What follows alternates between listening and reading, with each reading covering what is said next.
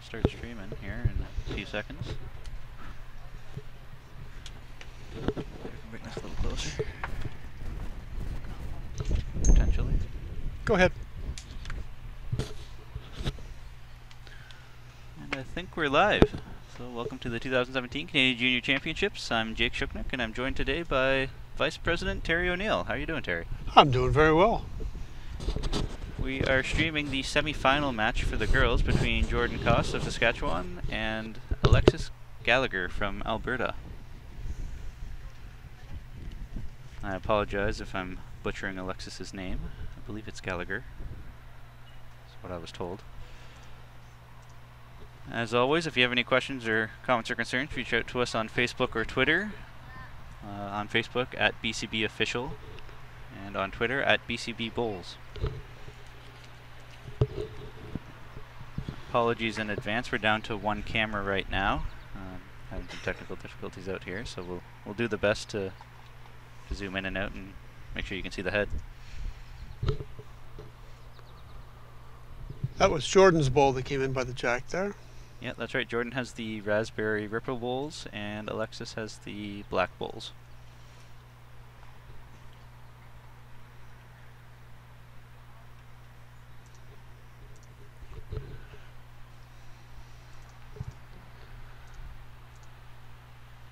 So the boys have played around already this morning, and things are almost set, but they're playing a tiebreaker right now between Carter Watson and Eric Gallipo to see who will make it to the semifinals.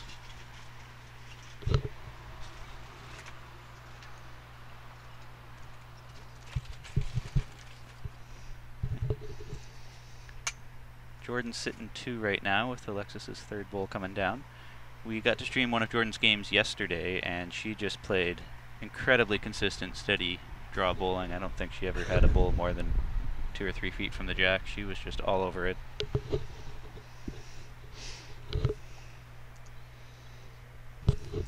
And as always, if you want to check out score, standings, results, go to bowlscanada.com. Under the championship tab, you'll see juniors and under 25s.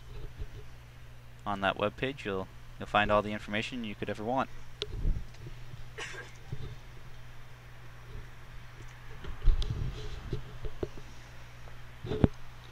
Should I be able to hear you? A little bit. In the C pool, Jordan Koss finished first with a 5-0 record, and Emma Boyd finished second with a 4-1 record. And in the D pool, Bailey Van Stein from Ontario went 5-0, and Alexis Gallacher went 3-2.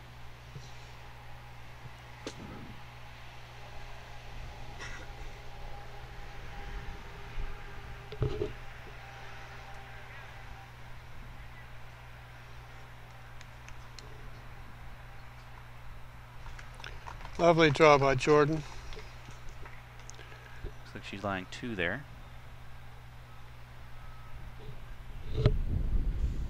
It's great to see a few juniors coming up from Alberta. It's been a while since they sent any junior girls. I think Alexis is a little wide on that.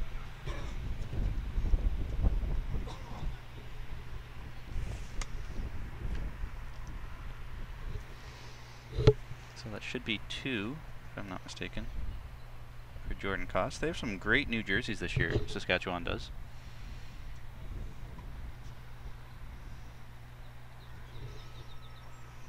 Jordan's been very fortunate through her young playing career that she's been taken under the wings of some of the older bowlers and given the due respect of her athletic ability. A little bit of a measure there on the second one. Jordan actually went to the Gold Coast back in April with our senior team, played in the Multi-Nations event at Broad Beach.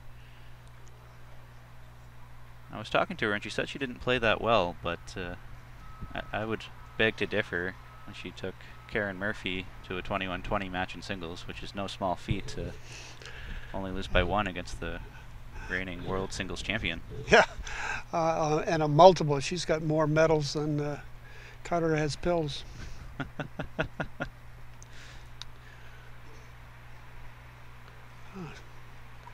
Didn't like that measure. I didn't like that at all, huh?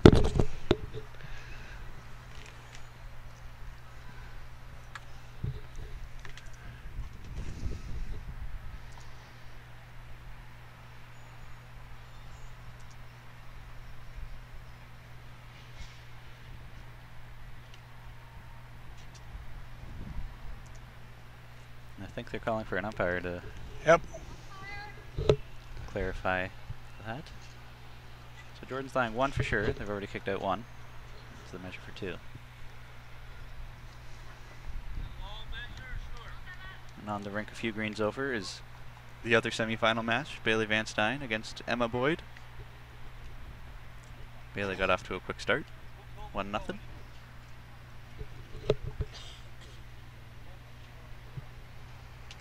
Interesting to note there, watching Bailey chase her ball down, she's got a knee brace on. She didn't have that all week. It's been a couple of long days here. Fatigue might be setting in. Yeah, she has a very pronounced, when she takes her step and then that's her back leg, a very pronounced turn in behind the leg. A lot of people do it, but it's very pronounced. Can take its toll on the knees.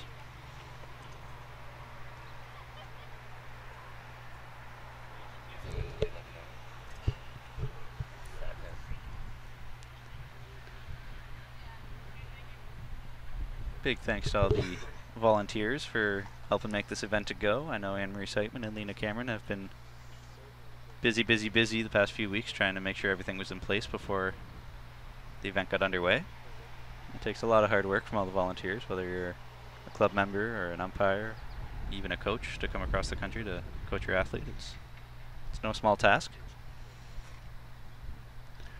They've been working behind the scenes for the last year and a half. Even before they officially got the bid, they were figuring things out.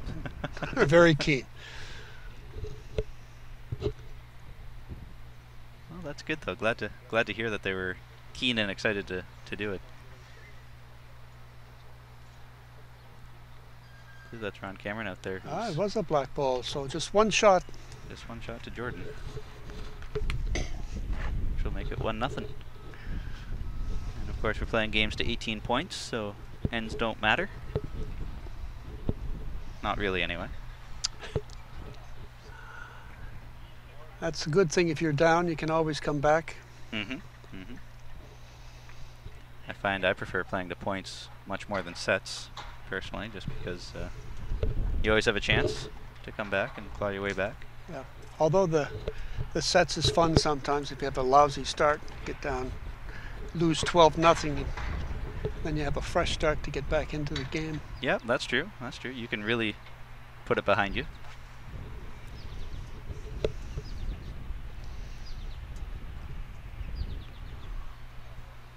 For those who don't know, Terry O'Neill is the Vice President for Bowls Canada Boulingrand. And I believe there might be a few vacancies coming up on the board, so if you're looking to get involved, head on over to our website. And under the Get Involved tab, you'll find an Opportunities webpage, and you'll find job descriptions for being a member of the board or one of our many committees. So if you'd like to get involved with BCB in any way, shape, or form, take a look at the job descriptions.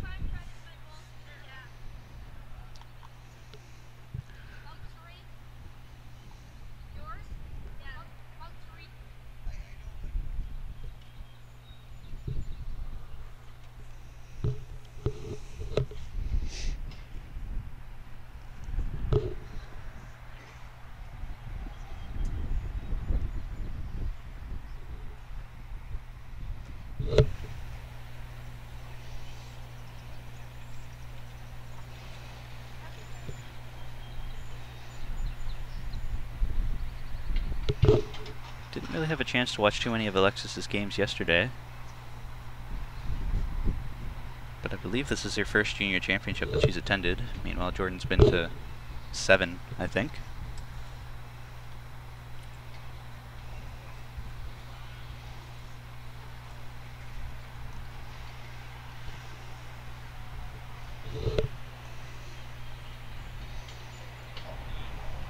Just past the head on that.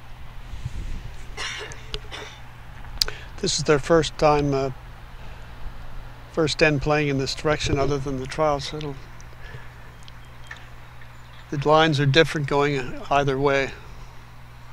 They didn't really have a chance to practice much beforehand while the boys were playing either, as all the rinks were in use. No, that's true. Oh, she would have been off that last draw, right? So yeah, that's right. Yeah, hasn't played today. Yeah, neither of them. None of the girls have played yet today.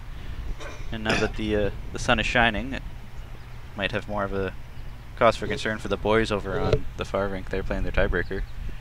It was overcast all morning, which now that it's sunny, the speed might pick up a little bit as it heats up.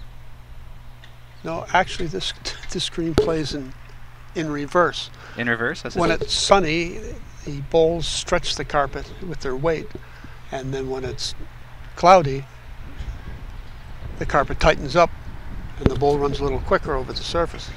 That's interesting. Yeah. That's interesting. It tricks people all the time. Yeah, because normally hotter means faster. This was a carpet was laid by Dales as a replacement after Hurricane Juan, and it has a porous pavement subbase, so if it rains, 10 minutes after it stops, it's pretty dry. After they did this one, Dales went out and laid the artificial carpet in Winnipeg, and that's sand-based, so that's why in places it's gotten a little lumpy in other places over time. But they couldn't put a pavement or a concrete subbase because of the extreme temperature changes out there in the wintertime. Yeah, that's fair. It'd all crack up on them and stuff. I guess the temperature changes aren't as extreme out here on the East Coast? No, just sunny and beautiful all year round. You heard it here. Move out to Nova Scotia. The weather's great. Well, it has been this week. That's what we can.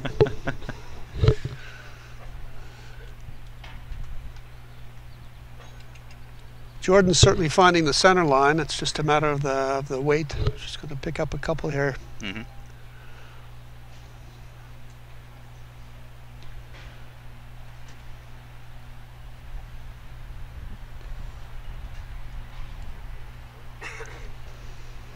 So I don't know if that was just the one they agreed upon. I think it may be two. Marker's not giving any indication, so we'll have to wait till. Got to give that lady some lollipops. Let all the fans know. And there are a fair few parents and spectators around the sidelines here. Yep. Yeah, you are correct. That was two.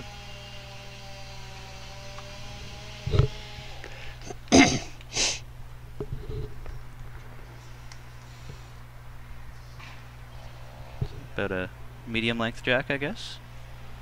A little closer to the back.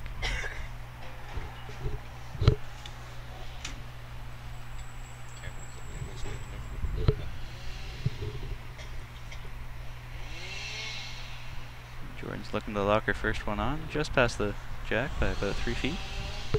2 feet.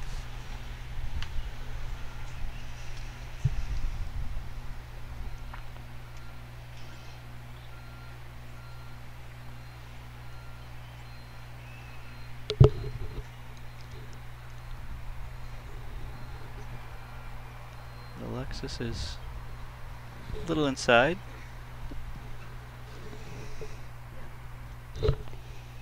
Jordan has a very smooth delivery there, that follow through. She holds that for quite some time. That is the key, to be able to that same delivery every time and just make the minor adjustments on weight or whatever. Mm-hmm. But she gets it away very smooth. Mm-hmm. Which is certainly useful on an artificial like this. It's very soft to walk on, I guess is the best way I can describe that. I know I've played at the artificial in Toronto. I think it's called James Gardens, and that is almost like walking on concrete. It's very, very hard, but not the case here. I guess the underlay is very. Yeah, there's a felt underlay under this surface, under the carpet, And depending on what speed you want the green, you pick the thickness of the felt. So this is one before no felt. So Really? this will run in excess around 12 seconds or so.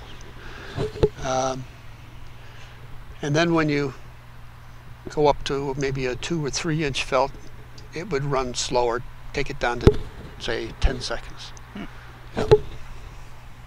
Did not know that. Yep. That beautiful bowl in here from Jordan. Oh, she's just she's labeling it. Fresher shot here for Alexis to try and at least cut her down to 1 or 2 instead of the 4 that Jordan's lying right now. All 4 of her bowls are not any of them is 6 inches off center. Mm-hmm. Just the weight. And Alexis is wide and outside, so that'll be a 4 for Jordan. Looks like Alexis has found that tee though. If she ever got the jack back to the tee, her weight was pretty consistent there.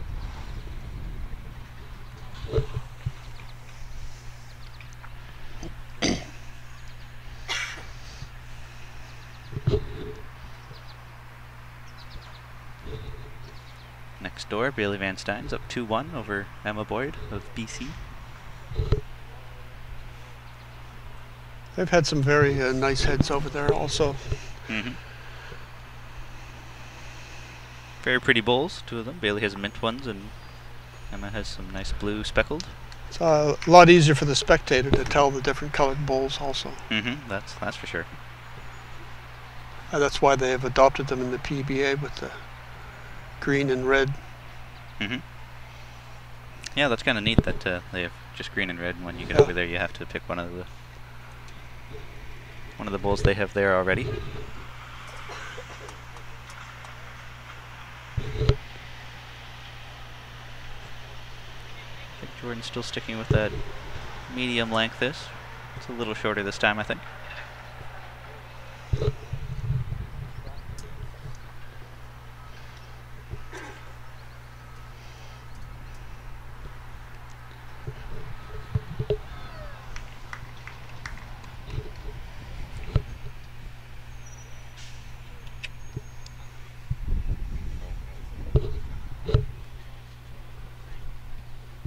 Looking down at the tiebreaker for the boys, Eric Gallacher is all tied up at 3 with Carter Watson.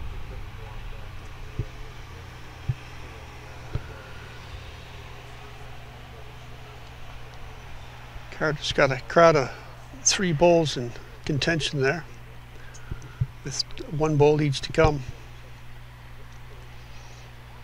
These interesting colored bowls, yellow and black speckled kind of.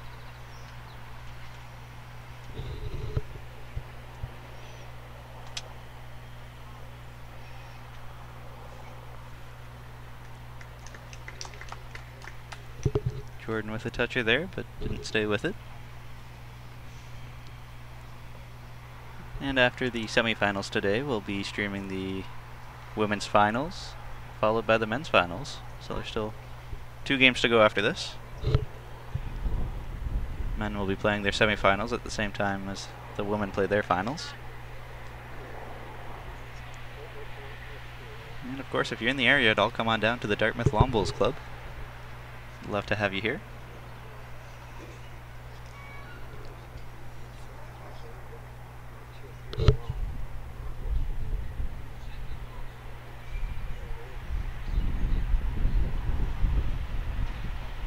Great draw there from Jordan. Pressure shot.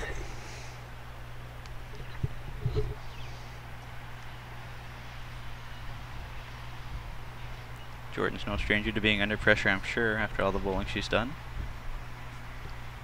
Must have been bowling for 7 or 8 years now, I would think, if not more. Ooh. Oh, what a bowl there from Alexis. That's a nice reply. Looks like she might be holding a couple.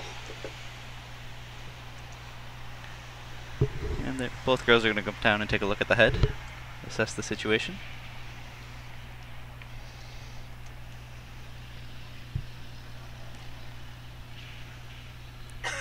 Just a very quick look from Jordan, back up she goes.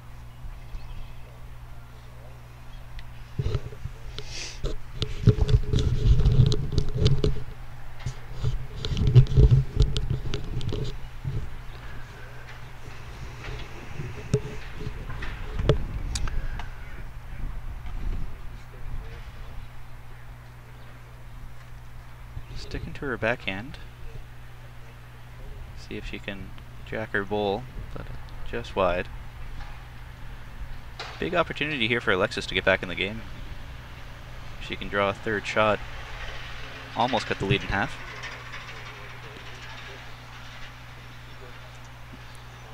I haven't seen too many players throw much weight on this surface this week. No, I haven't seen many. I saw Braden Campbell let one rip yesterday afternoon, and that was on a few rinks over and made a lot of noise, so you could hear it. But aside from the odd one here or there, I haven't seen many drives at all. I've heard a lot of players say when they were practicing that it's tough to throw drives on this surface. Yeah, it's kind of bouncy, and if you don't get it, lay it really flush, even at speed, it's going to take it off course. It's going to you're going to hit something wide, but you're not going to be able to pick a ball or a jack. Mm-hmm. John Zeitman's tuning in. He's let me know that Jordan's been bowling for 10 years. She's got a John would know. John would know. That's right. He's a wealth of knowledge. He is. But, hard to believe that she's been bowling for a decade already. Oh, I remember when she started. She was.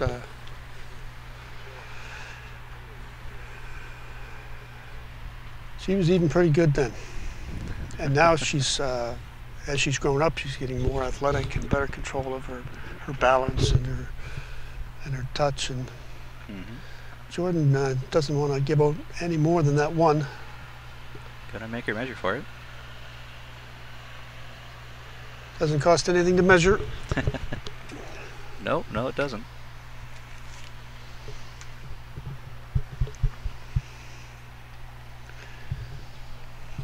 And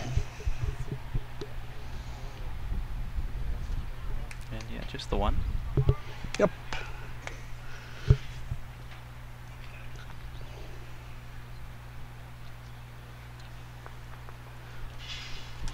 Big thank you to our partners and sponsors, Government of Canada through Sport Canada, the Coaching Association of Canada, Kukri, our official clothing supplier, MVP Sports, the longtime supporter of the junior program, and new this year is lawnbowlingmanager.com. Do you know what that is, Terry? I do not. All right, well, lawnbowlingmanager.com is a one-stop shop for your club management tools. It's a website, a club database, a email list, a league night scheduler, all in one. Bona Lee created this for curling clubs, started with curlingmanager.com, and it's quite a nifty little tool. And one of their curling members said, you know, this would be almost identical for lawn bowling. You should look into that. And so she did, and gave me a 2-hour demo of the product, and it's really neat to see all the things that you can do. So first off, it's a website for your clubs, so you can go in there and have all your news pages and upcoming events and whatnot. But behind the scenes, there's so much more to it. You can have your club database, so you can have all your club members, addresses, phone numbers, whether they've paid their membership or not, whatnot. You can also have it look after leagues and tournaments. So if you've got a Tuesday night league or whatever, you can look at inputting teams and standings and see results that way. The functionality is almost limitless, really. So what she's got set up is just what most clubs would probably use, but she's eager to add more and expand it if need be. But I think the best part about it is that you can designate it off to different people to run it. So if you have a games chair, you can have access to the games page, and that's it. If you've got someone who looks after your membership, they can access the database, and that's it.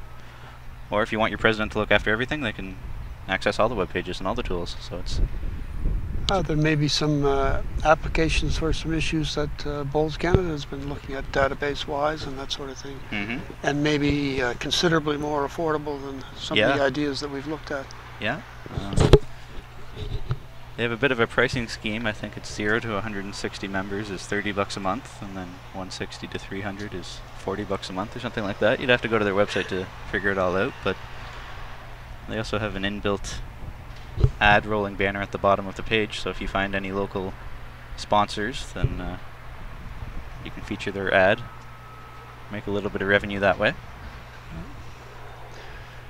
Alexis made a good decision here by going a little bit longer. She seems to have found that with her first, and that's holding, although the backhand that she's playing on this particular rink is a little a little funky. If you don't quite hit the line, sometimes it'll cut across or it'll hang out on you.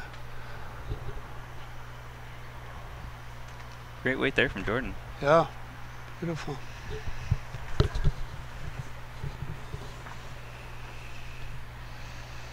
One bowl each to come. Alexis is looking to claw her way back into this game. And that just might be good enough. That's certainly third. Jordan's going to come down and take a look. It's an essential habit for singles to come in, look at after your third bowl, just to get the perspective and maybe calm yourself down, so you select the right shot. But not everybody will do it. A lot of people get lazy and they won't go down, and then they go up to the head later on and say, well, geez, why didn't I do that? If I'd had a look at that, I'd have seen it was I had 3 or 4 feet to draw. Guilty as charged. Yep, me too. Me too. You didn't, last time we played, Jake, you didn't have to worry about that too much. I think you had one hand in your pocket the entire game. So yeah, that was an interesting style that I picked up. I'm not sure where I picked that up from, but I just found it comfortable to just have your hand in your pocket, and it just felt natural to me. Yeah. I'm sure as I get older I won't be able to do that anymore, though. You'll have to use something for your balance once you lose that elasticity, I guess. Jordan's coming up a bit short on that. Didn't want to push any bulls in.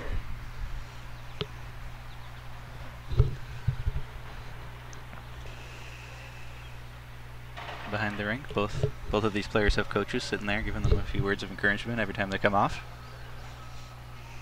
which is great to see.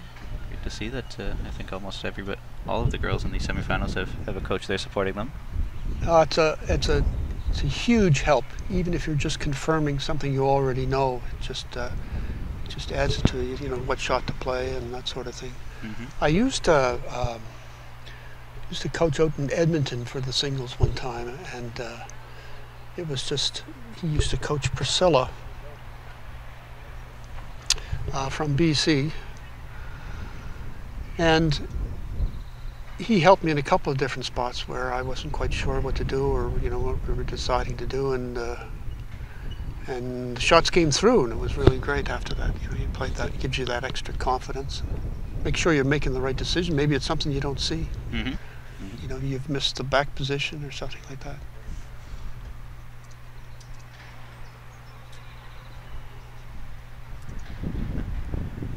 We have a question from our camera operator. Daryl Fitzgerald is asking Terry, what got you into bowls?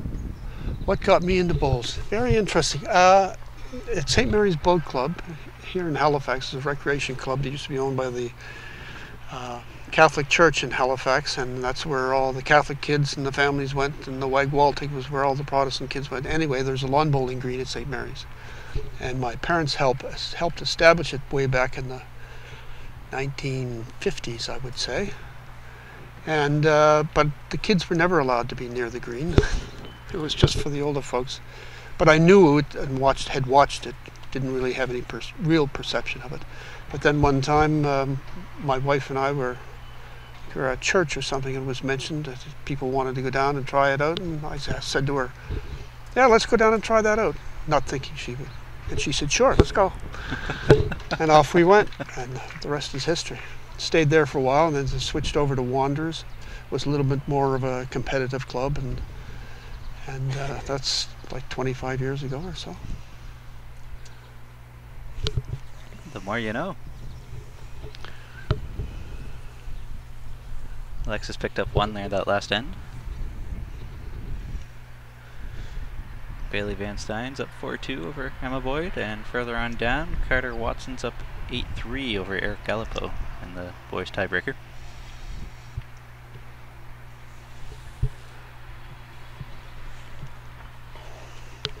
Lawn bowling's been kind of a family thing for you, Jake, right? That's right, that's right. When we moved from Hanover to Chesley, I don't recall what the exact reason was, but my dad wasn't too fond of their softball program. He used to have all the kids playing baseball. And so looking for something to do, they signed up my oldest brother into lawn bowling just to get them something to do. And so they came down and watched and said, hey, you know what, we can do this. So they both signed up the next year. And once they signed up, then all of us had to go down and watch. So Guess we'll play. yeah, might as well play while we're there. That's right. I was only 7 or 8 years old at the time, so very quick to pick up on it. And once you get a taste for it, it's usually pretty addictive.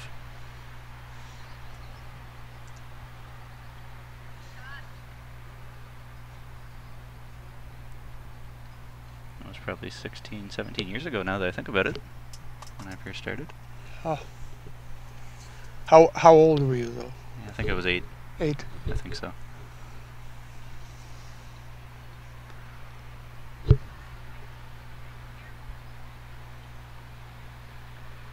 Jordan just pushed her ball in to make it a little bit closer. I don't know if she split that on for 2 or not. Could be close.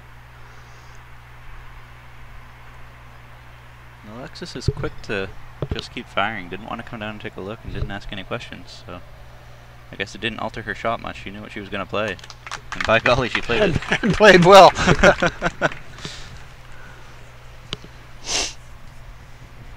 And that'll bring Jordan down to see just how far away she is.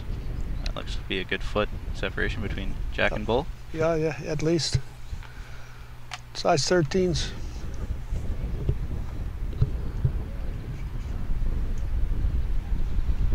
They haven't been playing the hand that she's going to select to play now. Mm-hmm. And it's a little tighter.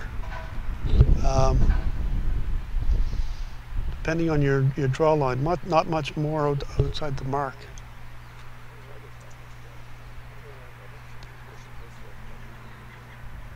You'll see she's identified this in the roll-ups.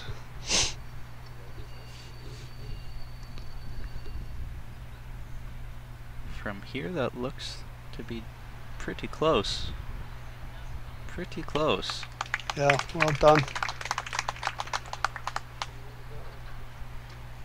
Spectators are clapping. Is it close enough for one? I think it is.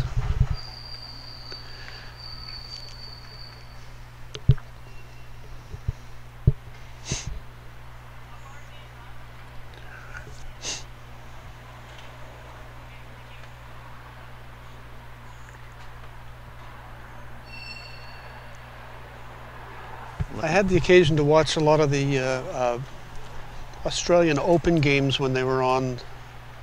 They were live streaming them, and the speed at which they play their games, their singles games, is just amazing. I mean, they do know how to play faster down there, which is interesting. that shot there where Jordan drew up, the other person would have said 1-1, and she did. The head kicked in, and the mat set up and ready to go. They grab the mat first and throw the jack, and then kick the balls. Yeah, they don't waste any time down there, No. which is, I think, a great way to play. Oh yeah. Keeps things flowing. At the 8 Nations event, I believe the time limit was only 2 hours and 15 minutes. And they played 18 ends of triples and pairs, and I can't remember if it was 15 or 16 ends of fours. But in a little over 2 hours to do that is pretty impressive. Up here in Canada, I don't think many people would finish a game in that time. Some would, but yeah, many wouldn't. Emma just picked up a 4, I think, and the other semifinal to go from 4-2 down to 6-4 up. When you only play to 18 points, it's scary how fast things can change, because 6 points, you're a third of the way there. Yeah, I remember that that 18 is what they play in the U.S. Open all the time, and that can just go on you fast. I was curious. I didn't know where else they played to 18 points, because I haven't heard of many other. Yep, they play that in the U.S. Open. The preliminary rounds are 18 points. I didn't even know if they played 21 in the other, but I know in Australia they played at 21, or 25, or 31. Yeah.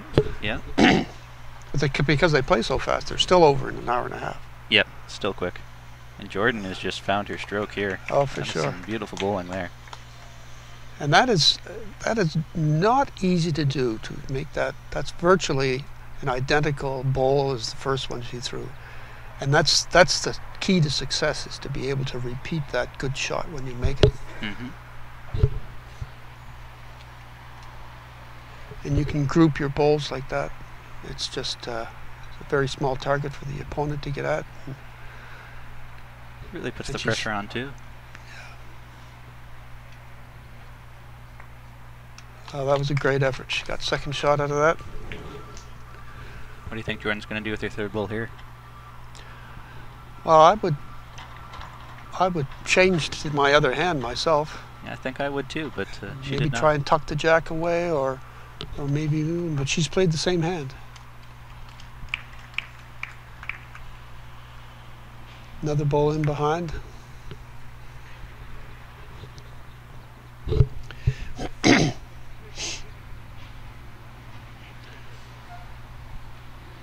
Alexis is going to stay on the forehand.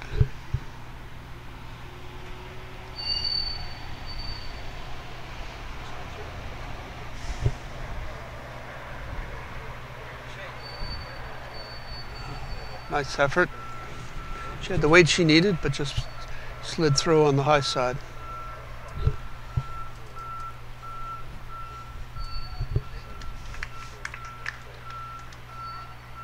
She's still sticking to that hand, and she's close. Very nice. That makes it really tough for Alexis. She's going to come down and take a look, yeah. but that's going to be a very tough shot to. And that's away. confidence, knowing she felt she could draw within 6 inches for a second shot. When you have that confidence, that's something special to know that you can draw within 6 inches. Because when you don't have it, then you're really struggling, and it makes you debate about which shot to play. But when you have that confidence, anything is possible. And if you've got multiple shots going on in your mind, that's multiple weights, it's multiple lines, it's multiple trouble.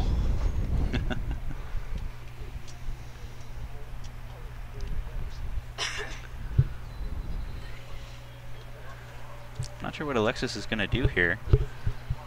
Any action on Jordan's bowl that's on the jack, she's just going to push it back to her two waiting there for it. She's going to talk to her coach saying, what should I do? Yep. You would really need to blast it to kill it. I think she's got the tee covered. Or maybe try to just squeak through and settle for second shot. Yeah. Have a lot of the under 25 players been here all week, or are they just arriving? No, most are just arriving now. Priscilla was here as a coach, but I saw this morning Luke Caldwell and Alex LeBlanc just arrived. I don't think I've seen many others, except for there might be a few that are playing in both events, Right. in which case they're already here. But the ones coming from out of town, I haven't seen many else arrive, and there are 13 boys and 3 girls for that event. So they'll be arriving either today or tomorrow.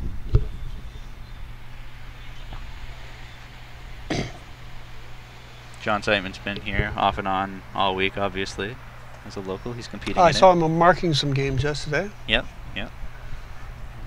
Cam LaFriend showed up last night just to pop in and say hi after work.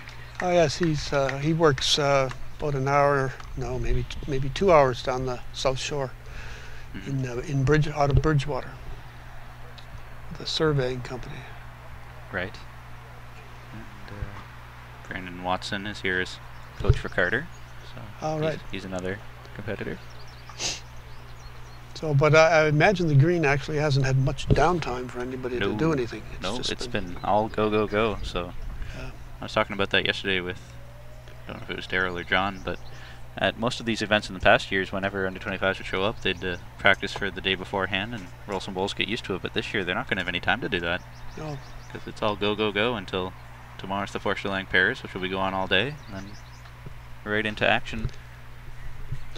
That's part of the compression of the schedules in order to make the tournament as compact and neat as possible, and save a little money by not staying an extra night or whatever. And I know the players don't want to sit around. They've come to play. Yeah, right? they've come to play. That's right. Let's get it going. Mm-hmm. I remember they had the juniors at Wanderers one year, and they were all so keen when they were on the green, and then when they got off the green and they had a break, they were just bored to tears and wanted to get out there and do something else. Yeah, I was victim to that myself when I first made it to the Junior Nationals back in 2008 in Winnipeg. They cut and rolled the greens between each game, so that took a fair amount of time to do that. Kept the greens nice and fast, which was good, but meant for a lot of waiting around. Where was that played at that year? It was in Winnipeg. I think it might have been St. James. Couldn't complain with the greens at all. Pace. Was that your first championship? That one? Yeah. And yes, then subsequently the next year was in? 2 years later, it was in London in 2010. Was the next one.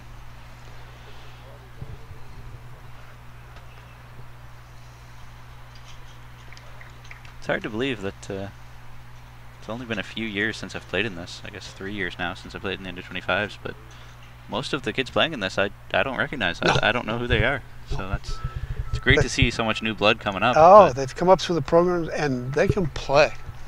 They really can play. They have great attitudes about the game. All the etiquette that I've seen has been very good. Both, respectful of their opponents and officials and everything else, and it can be frustrating at times. So yeah, everything's been to be great able so to far control yourself, keep your emotions intact. Mm-hmm. I haven't seen anything like that going offside or out of bounds from the players yet. Fingers crossed we won't, but I know sometimes when you get the younger players losing heartbreaker games, it can really upset them, but I haven't seen any of that this week. Being able to lose graciously is a skill that I think is best taught at an early age.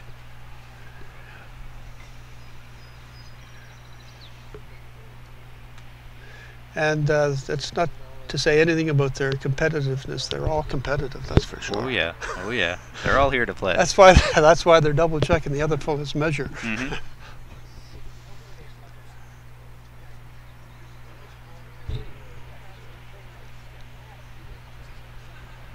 Jordan's just drawn another, I think, for two. She does get that ball away so smooth.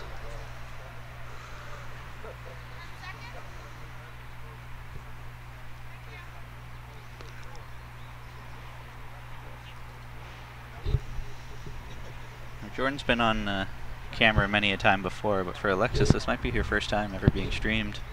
Do you think it's playing into her head at all? What, the television stuff? Yeah, the fact that there's a camera here, people are watching. I know. I don't think so. If she doesn't seem to be nervous in that sort.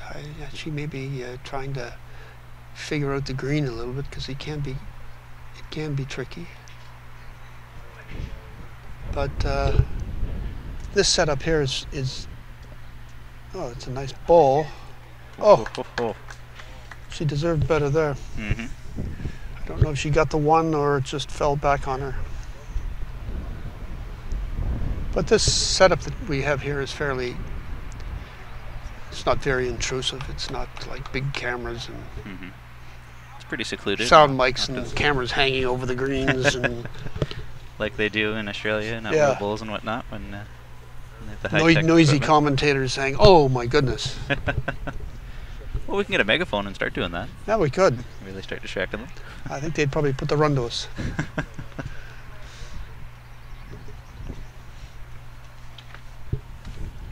Yesterday when we were set up shop, we were just over by the light post on very close actually to the edge of the rink. So when they were playing on rink 1, sometimes they would walk pretty close to us as they were going up and down the green. And so after the game, I asked, I think it was Carter's game that we were streaming, asked him, could you hear us talking? And he said, no, you guys are very quiet, which was good because we were talking quite a lot about which shots maybe he should be playing or which shot the other fellow should be playing or what I would do in that situation. And don't really want to be giving them pointers or telling them what to do from the sidelines. So. Yes. Alexis did win that measure, so she's got the jack. That was She successfully bumped her own bowl up, just rolled it over once to get the shot. She deserved it with that last bowl. She's working really hard to get those singles. Mm-hmm. She's got to turn it around and get a little more number up, and then she'll be all set.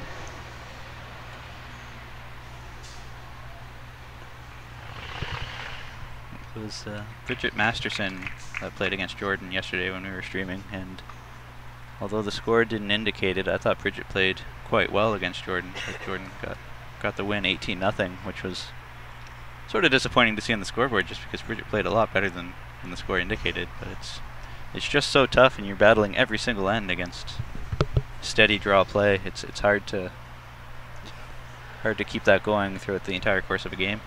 Yep, it's whoever gets the green first.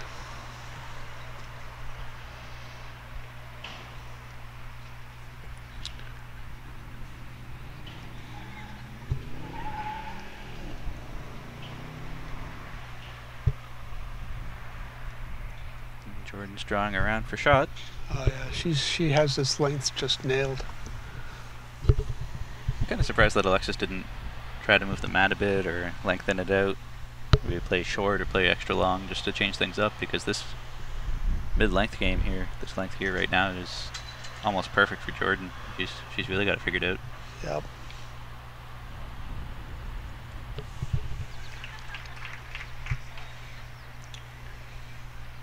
You don't see a lot of people take the mat way up to the hog line and then, play to the ditch. You have to have a lot of confidence to do that. Mm-hmm. Mm-hmm. I've done it a few times just in desperation to change something up.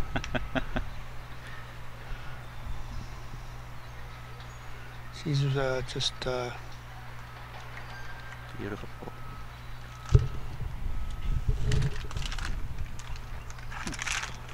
Special delivery coming in.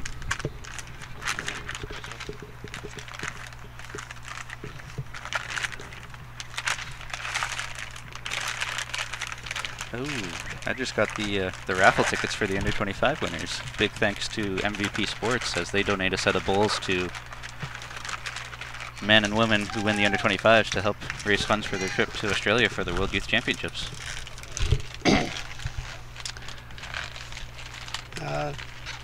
Alexa didn't get shot out of that, but she cleared the front of the head so that she can see Jordan's bowls now, and it's forced Jordan to play the other hand. She might be going back for cover.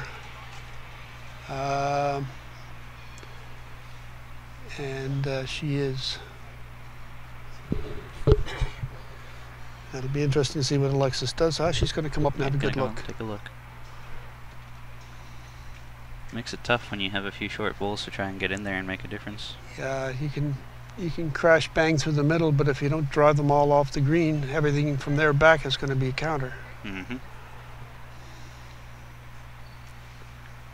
I don't think any of those bowls are set up nicely to get a rub or a tap to really get you into the head either. Angles aren't, I don't think they're set up too favorably for Alexis.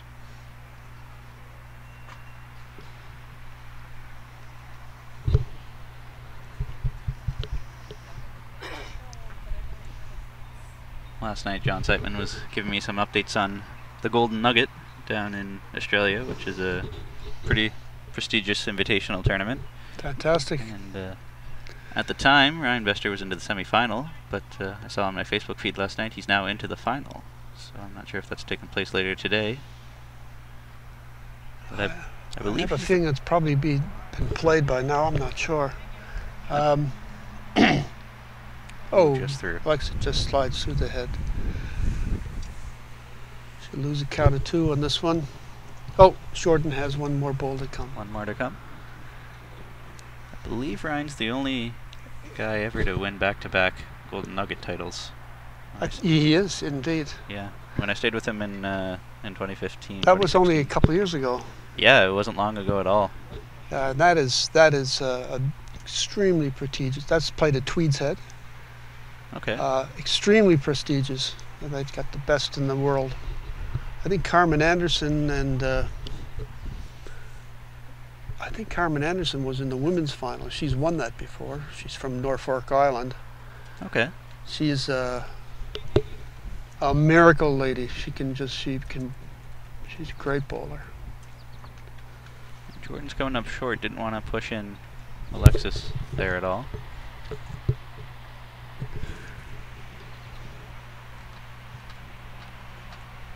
So I think that'll be another 2 for Jordan to give her a lead of 12-3.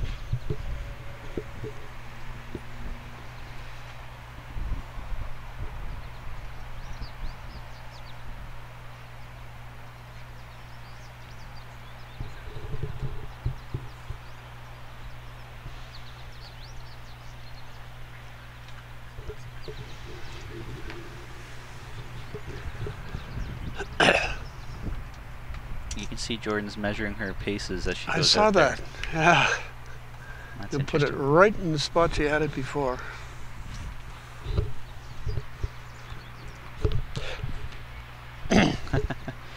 John is quick. I was just Googling to see how Ryan did in the Golden Nugget, but he beat me to it. So Bester lost 25-9 to Aaron Sheriff in the final. It was played earlier this morning, and Carla Krasanik won the women's Nugget 25-18 over Ellen Ryan. Ah. Carmen must have lost in the semifinal. John, you're quick. Get back to work.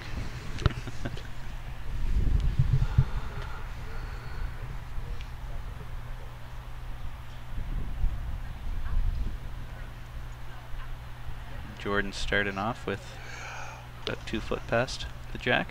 Someone might say, "Oh, gee, she's missed the jack. She's way past." What a beautiful start that is. That is a great start. That sets you up for the rest of the end, really. Absolutely.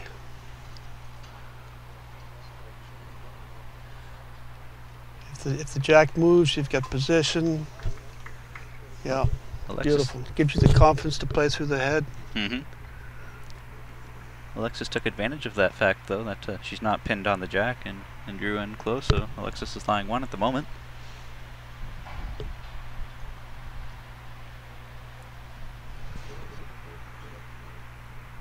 Things are slowly winding away here over in the boys' tiebreaker. It looks like Carter Watson's up 14-3, and he just drew another one there as well.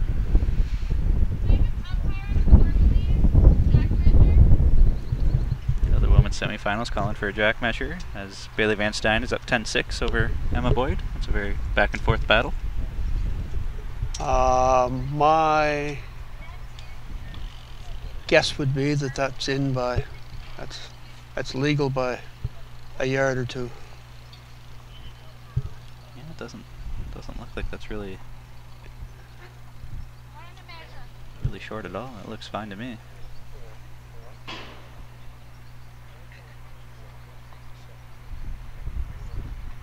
Yeah, there you go.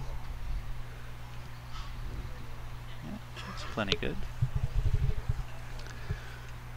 Looks like Jordan's struggling to find her perfect weight here, just a couple feet past and a couple feet short. Not that those are bad bowls by any means. To be within, 2 feet heavy or 2 feet short's not terrible, but when you're so used to just pinning it on every single time, it's a little frustrating. Oh. That's unfortunate there. Alexis That's a heartbreaker. Went from 1 up to 2 down.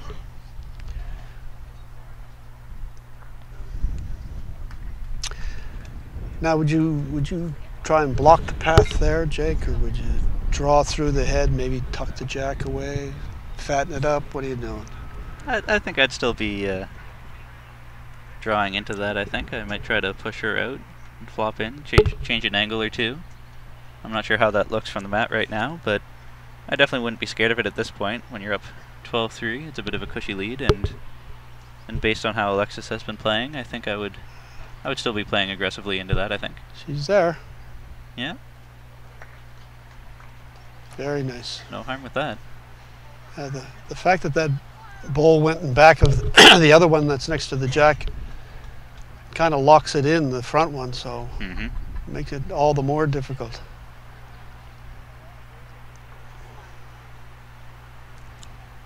I wonder if she knows her opponent well enough at this point in the game, if she's watched her at all throughout the week. I don't know if Alexis has thrown any drives, because if if you know your opponent isn't going to drive at it, then that can change your strategy altogether about whether you need to guard it or protect it or anything like that. Absolutely. But I think the schedules that they've had, I bet you they haven't had much time to watch each other unless they played them and the circumstance came up in that game.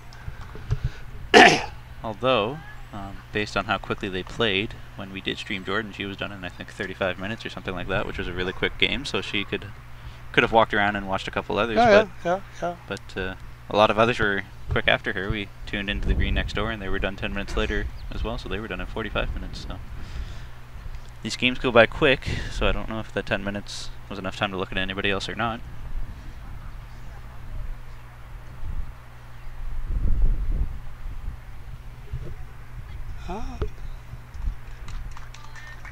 It's up. It's not a drive by any means. Little tight. A little tight. You can see in the background there, Jordan's on the bench with her coach writing down numbers. I don't know if that was her scoreboard, but I saw Harriet was marking things down on paper as well. She must be marking the game for. I know that they used to keep track of stats. I know Carter and Brandon have been doing that throughout the week. See how well they're playing. If you're within a mat, then that's a check, and if you're not, then it's an X. Is style that they might be using. I've always been a big proponent of that. I think that's rubbed off from former national coach Lachlan Ty. He says, how are you going to measure your performance if you don't measure your performance? Yeah, yeah, that's fair. It's you know, and I was playing in a. Cameron LaFrenz and I were playing pairs in the prep league a few years ago, and I used to keep the stats for us. And there was one game that I bowled 60% at lead for Cameron. Whew. And I was so excited. I was out of my mind. I thought what 60% felt like was that I didn't miss a shot. Mm-hmm. That's what it was. And we were only talking, within a mat length or 2 mat lengths or whatever was the or the basis of a useful bowl. Mm-hmm. Mm-hmm. And so world championships have been won at 36%. I think Robert Wheel won one particular one at bowling 36%. Now I guess you just have to bowl better than your opponent, but yeah. But it's the right shots at the right time and the consistency that you need to have. And if you don't measure it, you're never going to know. Well, there's another short one they measured. This one might be a little closer. It's well in. I have the artificial eye. As long as he finds the number. Mm-hmm. Oh, what? No, go the other way.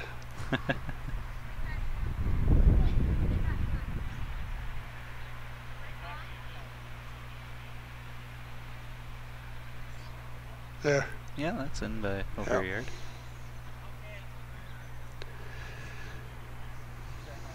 $21 meters. Mm-hmm. I've actually had that question a lot this year of people emailing into the office. Hey, what is the minimum length needed? Well, it's internationally it's 23. But you're allowed to change to 21, and we have in Canada because based on some of the facilities are a little bit shorter. They're not as big as, say, Juan de Fuca that were made to international standards. Mm-hmm. So, someone trying to play a short one at 23 meters, it just wouldn't work on the smaller facilities. So they went to 21 for us. For domestic, I think, but if there's any international played in Canada, they would have to play 23. That was a couple of years ago that went through. And actually, I think there are 2 facilities in Canada where it is still 23, the Qualicum Indoor and the Pacific Indoor, because safety regulations or something like that, where it is still 23.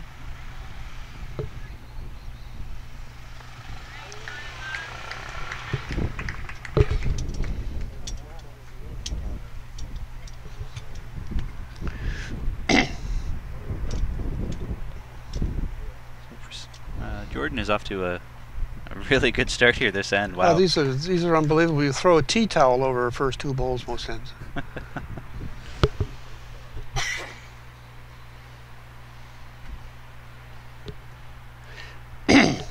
Alexis is still playing a bit of upweight there, just sailing through the head, looking to grab the jack and bring it back to the tee. Yeah. Starting to build a nest. I wonder if Jordan's just going to keep drawing in. Looks like it. If she can put a lid on it, it might help.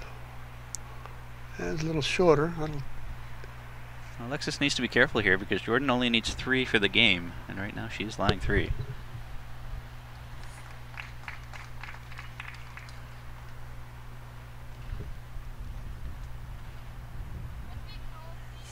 think she's still playing through the head. So, do they play? Is it equal bronze for, or do they play for the bronze? I believe they play for the bronze. Yep. Okay. A lot of the international tournaments, if you lose the semi, it's equal. Yeah, equal bronze. Third places. Yep. Yeah. That was a nice shot too, because it's got the shorter range pickup covered also now.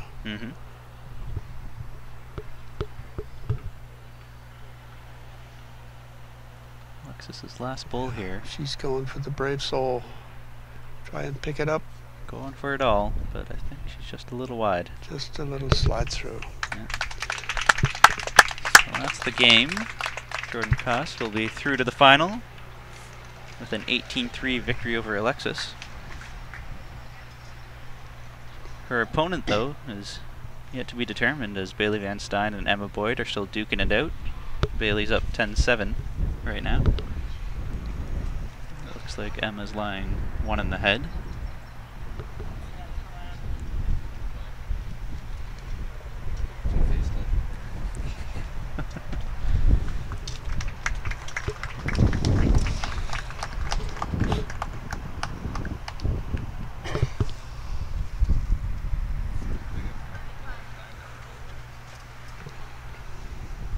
Well, Jordan was certainly full marks for that.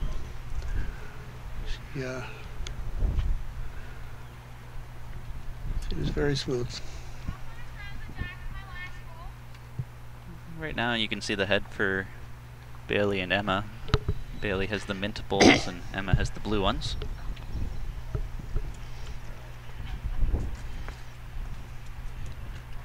They've had some very, very tight heads on green 4. I know I've heard some predictions of who's going to make it to the final. I think there was a lot of consensus that Jordan would be there, but who her opponent would be, I've heard it split evenly between Bailey and Emma.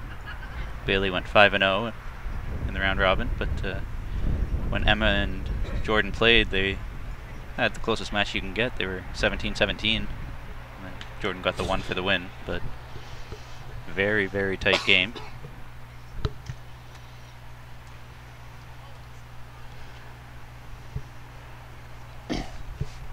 Emma would get lots of good competition out in BC. A lot of great players out there. A lot of very strong clubs.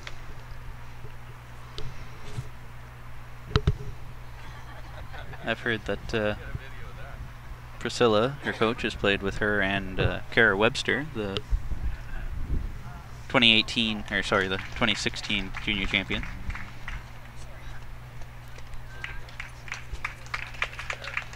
Beautiful ball there from Emma.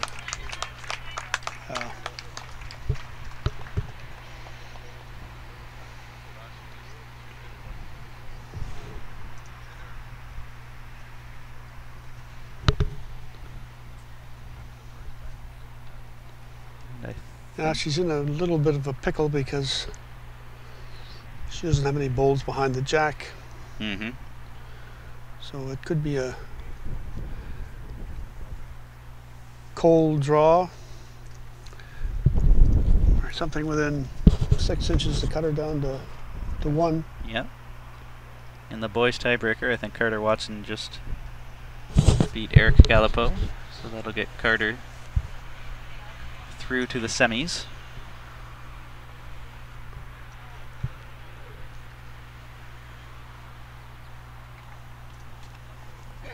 So how long was that match, Jake? About an hour. About an hour. About an hour. It's pretty quick. Yeah, not too long at all.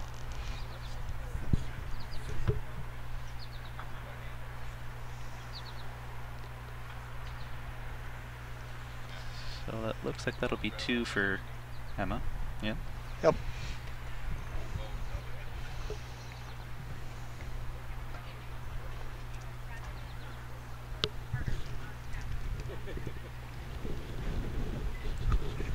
So for the boys semifinals, which will be starting up later on, Trevor Burrell was top of Pool A with 7-0 record. He'll be playing Carter Watson. And Owen Kirby, 6-1, will be playing Braden Campbell. We saw a little bit of Trevor this morning on this rig one, and he was very impressive. You said he was 7-0 in his group. Yeah, he went 7-0. Very active player, up and down, Mm-hmm. running the head, chasing his balls. Really didn't look like he was having a ball.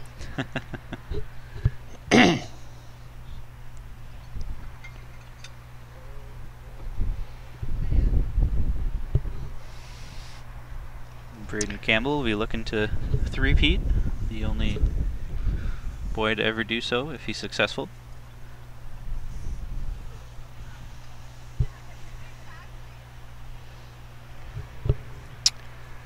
He beat, was it Robbie Law last year? From Winnipeg, I think. I'm actually not sure who he beat last year. Not a trick question, sorry. I'm going to go and take a look. John Seitman will answer that question. Yeah, we'll see how quick he can beat me to it.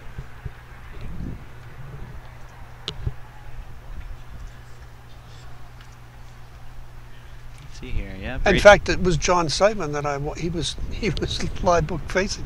Yeah, Facebook Live. FaceTime Yeah, that's doing right. it. That's right. He was on It was Facebook his Live. phone. Yeah, Braden beat Rob Law last year 18-13 in the Right. gold medal match.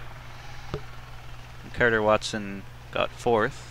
Michael Fraser of Ontario got bronze, also 18-13.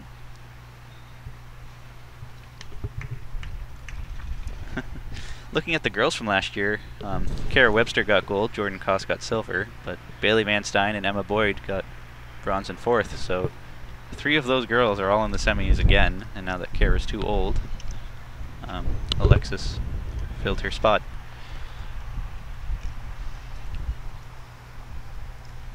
But it'll definitely be a different outcome, as Bailey and Emma can't play for bronze since they're playing in the semis right now.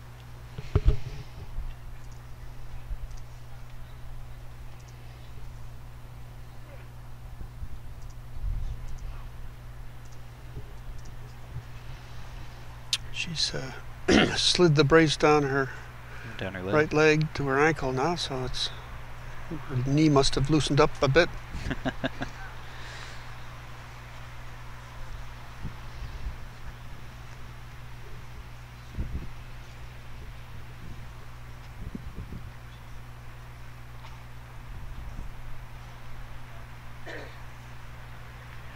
So this is really the kickoff to the championship.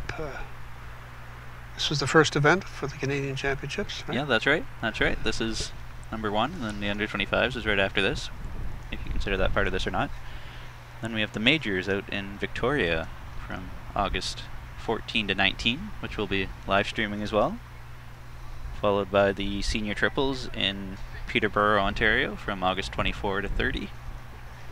The outdoor singles in Winnipeg, Manitoba from September 4th to 9th, which will be live streaming that as well. And then the mixed pairs in Pointe Claire, Quebec from September 14 to 19. And the last event is the indoor. I believe that's October 29 to November 4. Something like that. And then all the championships change next year. And next year we got some big changes, that's right. Whole lot of changes. Which we'll be posting the final report shortly. If it's not there already. told it'll take a month to translate. It's a pretty long document. If Emma was counting in there in that last, she's behind the jack. That must be the #1 shot. Yeah, it must be. I think she was coming on the forehand with the last 2 balls, trying to push that turquoise opponent's ball out of the way.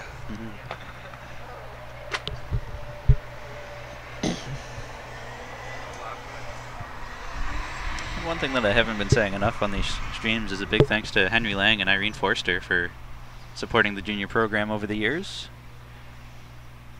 They supply the silver dollars for all the medalists for the under-18s, under-25s, and Forster-Lang pairs, which is no small feat. They're currently based out of Mississauga, I think, in Toronto.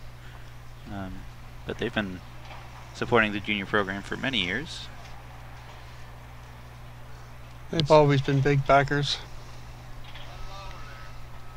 Very generous of them, to the time that they put into it, and sponsorship.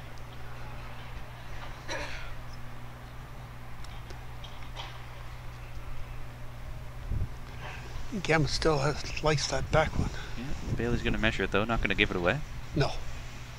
Well, if you think you're down, you usually call the umpire. Is that right? That's usually how it goes, right?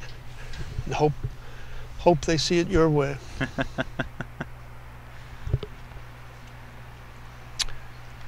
Oh, I guess it wasn't. One for Bailey. Good thing she measured. Yeah.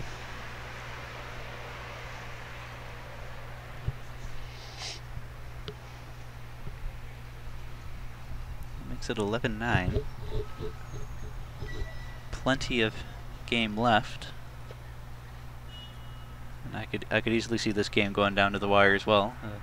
18-17 final wouldn't surprise me. But they have had, there's been punches and good counter punches. You know, the heads have been really mixed and covered well, so to get a multiple count, it's been tough.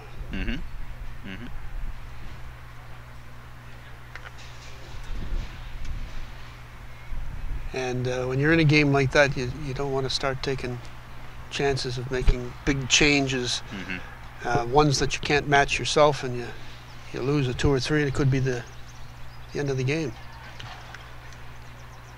I'm sure Bailey wishes she could have that bowl again.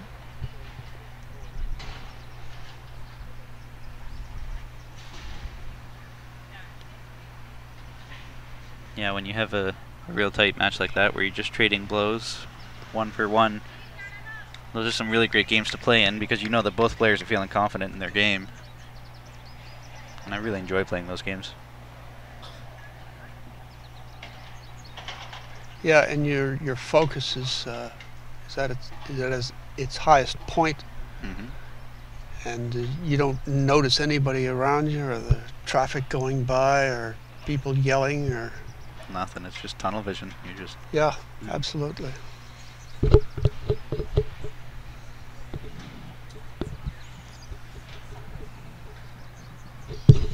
When the players start looking around, it's like they're looking around for help, inspiration, something.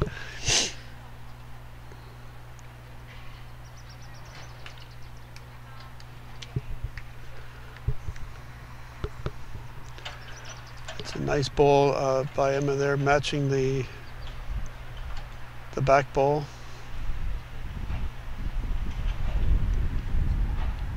Bailey's looking for the jack, I think. Ooh, just inside. Very close. It's a good place to be. It's a good receiver.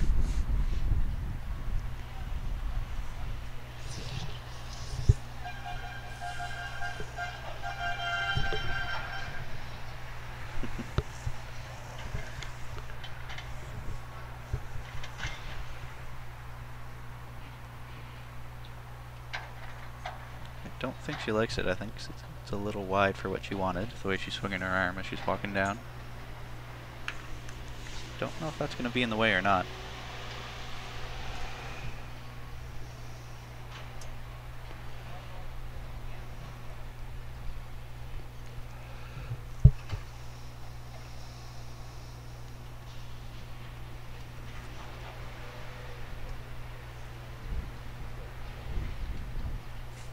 Bailey's taking a long look at this one. I'm kind of surprised she didn't go back and talk to her coach.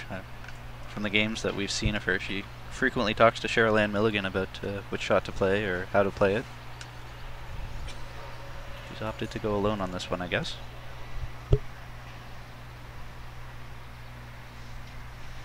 It's great that they all the juniors have coaches here, right? Don't they? Pretty much. Pretty much, yeah. Yeah.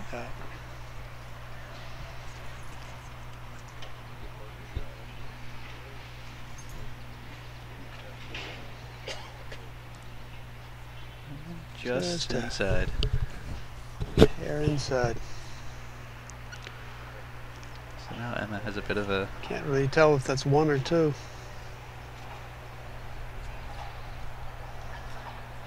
I think she'll just be drawing down, trying to maybe roll over Bailey's back pole there, I think. Just draw another one into the head. Yeah, or split the top one on. Mm-hmm. Mm-hmm. It might be a little bit more dangerous. You don't want to clip the jack or something. She's playing that forehand though.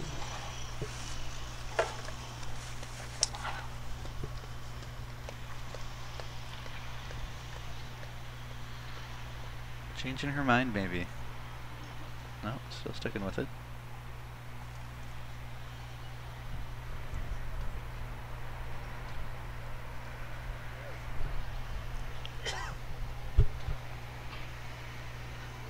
Just outside. I don't think that's good enough for second shot.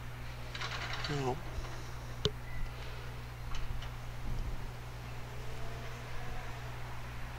Sometimes that last bowl draw can be the toughest shot.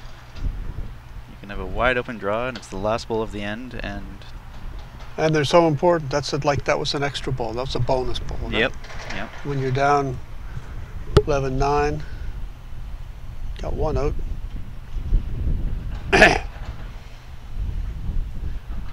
Difference between tying the game and still being down.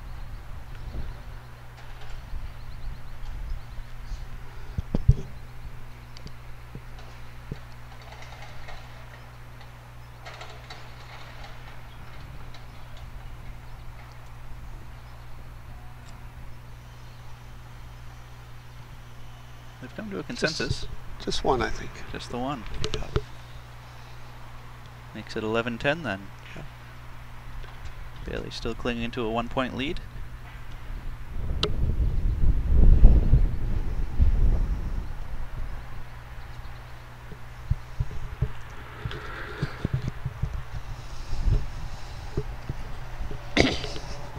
Emma Boyd bowls out of Swanson Lawn Bowling Club, and Bailey Van Stein's from Coburg. They knew this year when you go on the championship pages and look at the players, you won't just see their province, you'll also see their home club. Just kind of neat to see where they play out of, whether they actually play out of the same club or not, for the majors and seniors and experts and whatnot. Absolutely. And as our database grows, we'll be able to know what you like to eat on Friday nights. Yeah, we'll be sure to have that in the meal plan for next year. Survey says everybody likes tacos.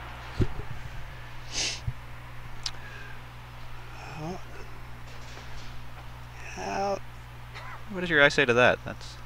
I'd say it's could be short. If we're talking inches here. Yeah. I was gonna say I think that might be okay because I don't think the mat's up too much, but it's gonna be close either way. Yeah, it's inches. Inches short. That's good. Wow. Good by 5 inches. Good eye. Good eye. You know the carpet well. Well, I know that seam from practicing short is you drag the mat up just in front of the seam, and you've got to put a foot to the jack line. Okay. And then you play to the ditch, practicing short. So local knowledge for you if you're ever at the Dartmouth Lawn Bowling Club and practicing short ends. I don't see many people practicing. That's why it's a very lonely sport for me. I was laughing at the Twitter question Daryl has here for you. Terry, how long have you had the mustache? I think I was. No, I guess I had started kindergarten when. No, actually, it was something I picked up in high school, I guess. And it used to be a Fu Manchu, and changed directions, went up and down, and settled on this. And one time I decided to shave it off, and I was babysitting my eldest daughter, and she was in the crib. And she kind of yelled for me to come, and I went into the room. And she was fine with my voice, but when I looked at her, she was petrified. Wouldn't have anything to do with me, screaming at the top of her lungs. Didn't recognize you. So I had to stick a comb underneath my nose for a week, better part of a week, before she would settle down and it started to grow in a bit. And my wife still won't let me get rid of it. So. Well, that's interesting. I don't think you've ever met my dad. He's leaning over the bench over there here today, but he's got a mustache that he's had basically his whole life as well. I've never seen a picture of him without it. Youngest picture I've seen of him, he was 18, and he still had the full, thick, bushy mustache there too. Yeah. Well, I'm told I look a lot like my brothers, and neither one of them has a mustache, so we had to make some differentiation. Can't just be thing 1, thing 2, and thing 3. Yeah. Bit of a looser head here. This is just a little shorter than what the length of what they've been playing, maybe by a couple of yards.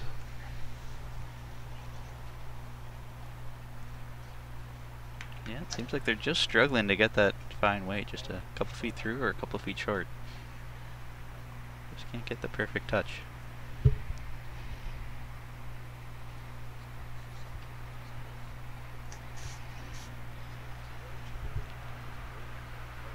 Bailey's chasing it down, but still just coming up a bit short.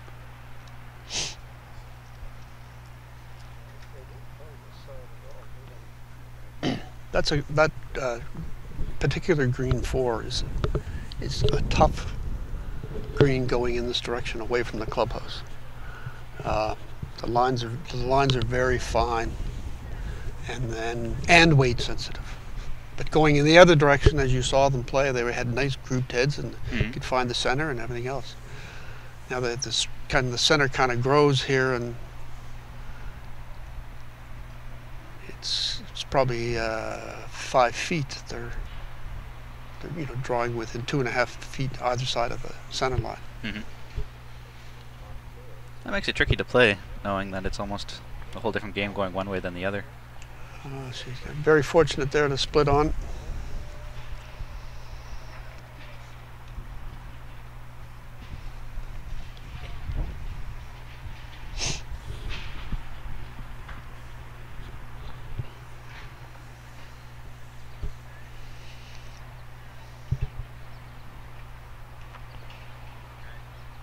I overheard Bailey talking yesterday that she plays so many other sports she's hardly in school anymore just because she's traveling all over the place. But one of the sports she plays is hockey, and I think she's a goalie because she was talking about one time when she went down for the splits and her hip popped out but didn't want to pop back in or something like that. So, ouch. Definitely a multi-sport athlete there.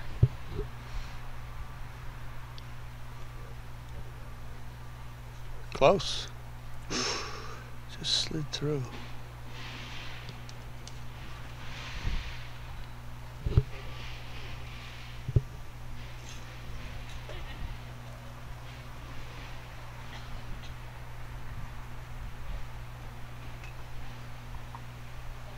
Is there a chance that that back one is a second? They're not going to measure, so they're quick to agree.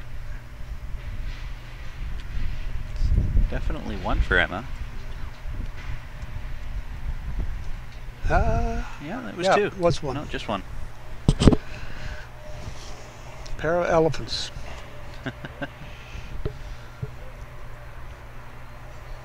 Keeping the mat back at the tee just about. Maybe a little up.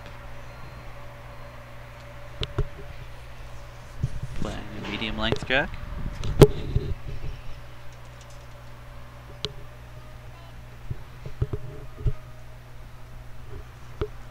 closer to the short end, actually. I thought that was going to travel a lot further than it did. That's shortish, Jack, but certainly not 21 meters by any means.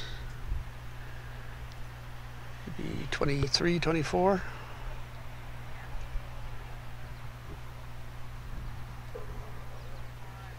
I'm surprised with how quiet it is here today. The last few days I heard a whole lot of noise from helicopters going over, someone mowing the lawn, and traffic nearby, but right now it seems very peaceful, almost.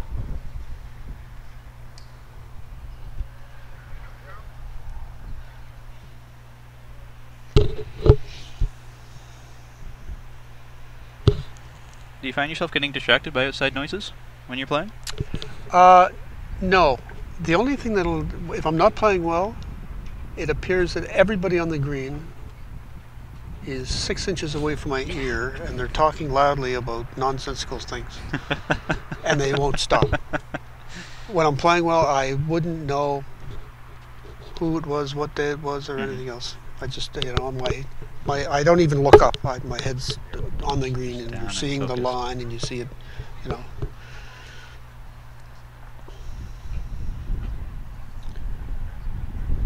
And you can even do that with in pairs, if you're really focused at what's going on in the head and giving instruction, and then the bowls you play yourself. And maybe we could talk Bowls Canada into adopting an Aussie pairs championship. An Aussie pairs championship. I do like playing Aussie pairs. They play 2 bowls and then 4 bowls and then 2 bowls, and then that it rotates back and forth. Rotates to the other players the next end. I do like that. It's a great game. I'm not sure if it's New Zealand pails or just modified Aussie pairs, but I've been a fan of the 2-2-2-2 as well, instead of 2-4-2. That's a little longer though, as there's a lot more walking involved. Yes.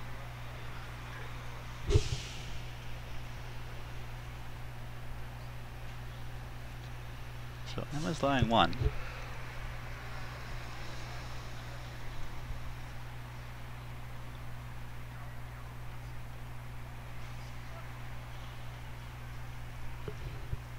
She's got a very quick backswing. And apparently very effective by that time. Yeah, very effective based on that.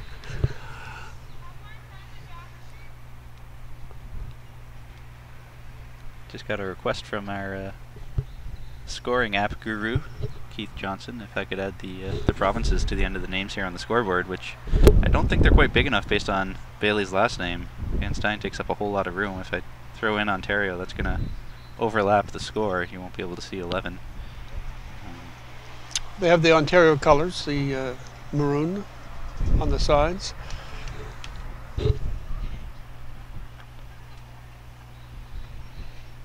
If we end up having Emma Boyd play Jordan Koss in the final, then on the scoreboard there's going to be a whole lot of extra space after the names. Then I can probably throw in BC and SK without running out of room. But Van Stein's just a little too long for me to throw in ON after that.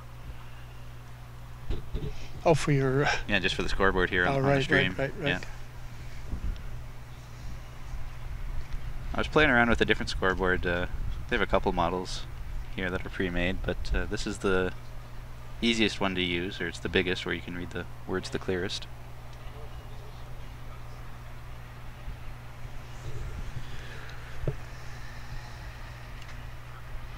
They did measure, and 2 for Emma. That puts Emma in the lead. Took her a while to get there, but she did.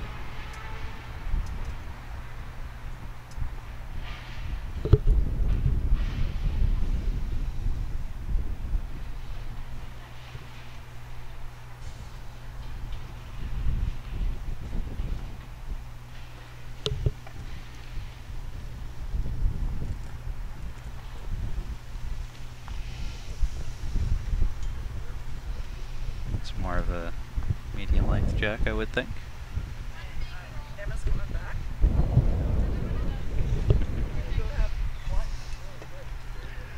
Wind's picking up a little bit. I don't know if that's having any play on the bowls. It can. It's coming out of the southeast off the water. That is something that I really like about being here in Nova Scotia, is having the water just so close. There's not too many cities I've been to where there's, you know, a river or a lake or whatever that just is right in the middle. Well, this harbor is famous for, and infamous at the same time. It's the second largest natural harbor in the world, next to Sydney, Australia. Interesting. Oh, beautiful bowl there from Bailey.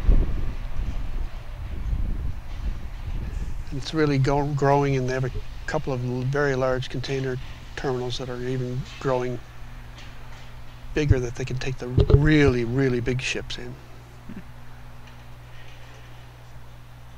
That can't get into some other ports. Right. Sure, Emma would wish she could have that bull back. Coming up short.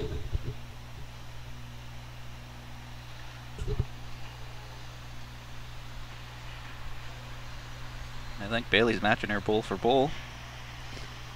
Just about.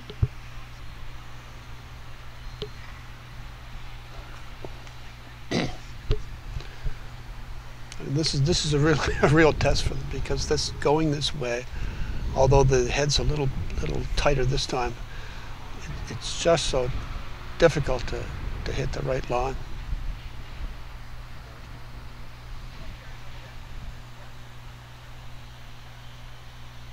I think she has better weight on this. Yeah, she is close. Beautiful bull. Oh, It's a good second. yeah, absolutely.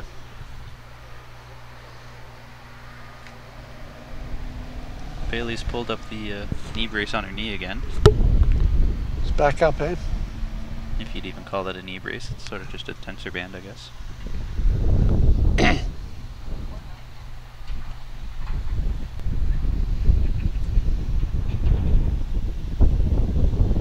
Chasing it Close. down, and good for two. Very nice. Beautiful bowl. I'm going to come down and take a look. There aren't any back bowls, so Oh.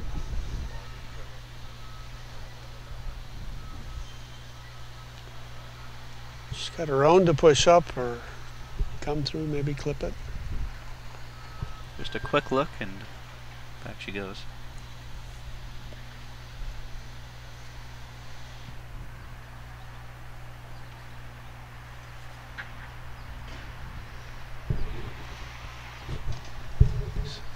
Talking to Priscilla, her coach, about what shot to play here. Priscilla's going to give her some advice. It's interesting to see that Priscilla's coaching as she's playing in the under 25 event, but Brandon and Carter Watson in the same boat. Brandon coached Carter during this under 18 portion. Yeah, and Priscilla and Emma played together recently and won the tournament, so they're on the same page. There's, you know.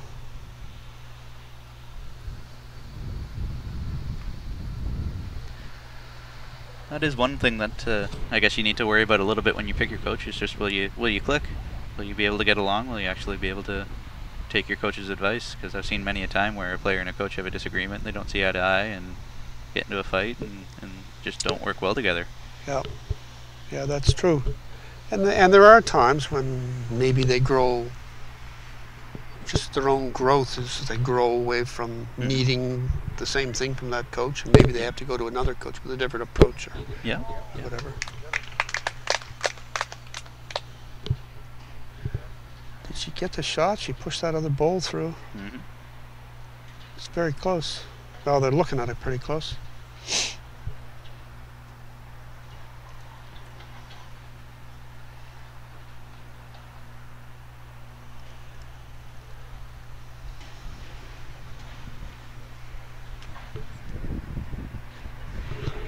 Bailey has the last bowl of the end. It's a very tight head to be playing into, which is odd coming this way. I guess they finally figured out the tricky lines, or at least this end they have anyway.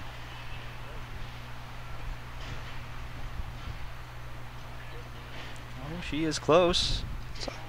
Great weight. Rolled hers over a little. She must have pushed it in for a shot for sure. Could be. Huh? I don't know. Soon find out. I think Kim was looking pretty pleased.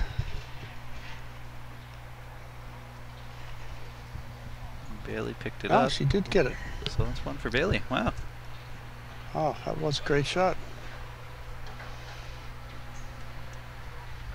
They really have been matching bowl for bowl, you know. Mm-hmm.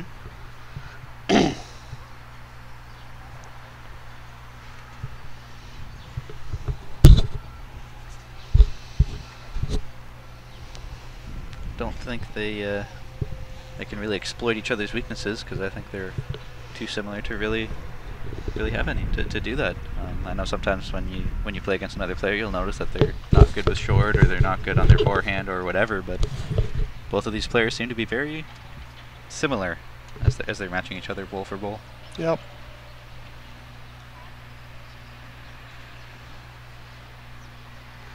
They seem to be playing around the clock, like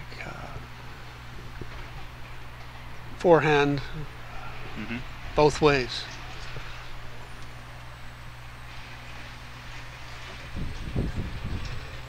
Or in Bailey's case, backhand, since she's a lefty. Yes, yeah. A southpaw. Different clock. There's not too many lefties here. Not that I've noticed anyway. It can sometimes really mess with your head if you see them taking a slightly different line, just because where they're standing, where they're releasing. Yeah. I have a tendency to, and I think a lot of people have a tendency not to watch the other person deliver, Mm-hmm. but more how it's tracked near the head. I agree with that. Having played in many Ontario tournaments, I end up facing a lot of local club bowlers, I guess, and watching some of the deliveries can just throw you for a loop if you get too sucked into it. So sometimes you just need to sort of turn around and walk away while they deliver, and then watch the bowl as it's going. Yeah, I think that's a good practice.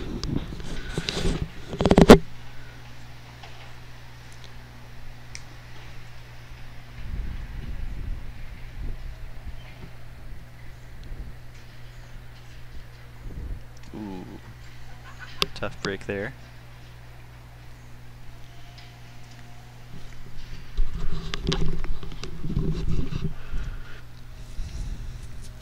And as always, if you want to get in touch with either Terry, me, or Daryl, reach out to us on Facebook or Twitter. At BCB Official on Facebook, or at BCB Bowls on Twitter. Have any questions or comments or concerns? And if after the game you have thought of something, feel free to send an email to office@bowlscanada.com. We'd be happy to field any questions you have.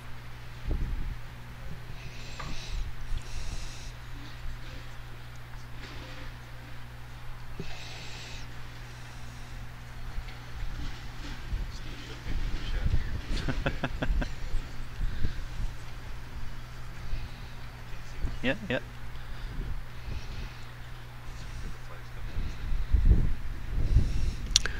She keeps getting caught up in those front balls. Once again, though, not any back bowls. This could be a very pivotal end.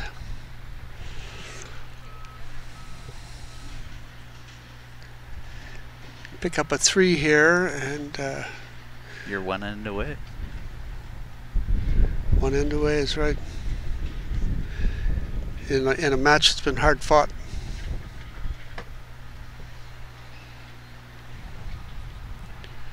Well, I was guessing it would be a 18-17 final earlier when we first tuned in here, and I don't think you're far off.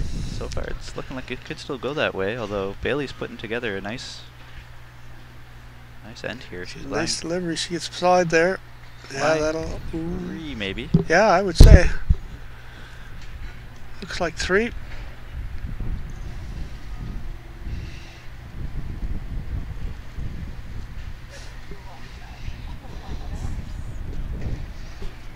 gonna go back and talk to Priscilla about what shot to play here.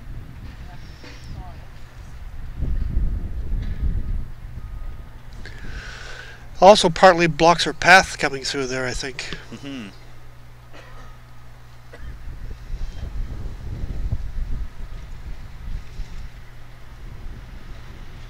One thing that I've noticed from when I played juniors and saw other players with coaches is when a coach and a player are conversing, sometimes it's better to do it, you know, side by side rather than 2-3 feet away. Because if I overhear what you and your coach are doing, and there's still a couple bowls to come, I now know exactly what you're planning on playing, and you've just given away your game plan to me.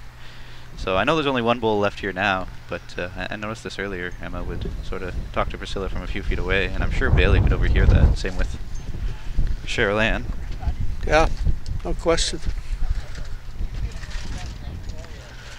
I wouldn't want the crowd to hear the coach was telling me I was making a stupid decision either. Why are you making that shot for? What are you doing?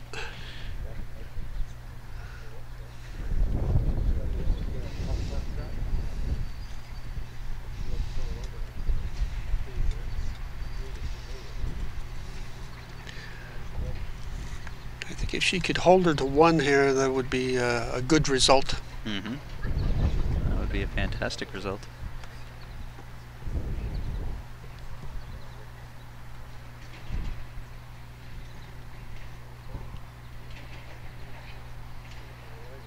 A little more pace on this. Yeah, I think that's a little more than a draw.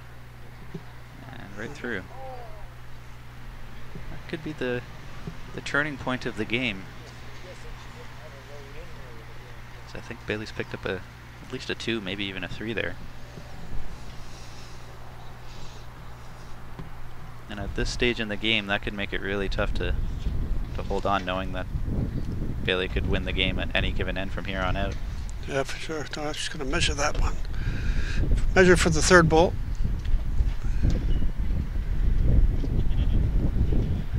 Bailey was feeling pretty confident before that measure.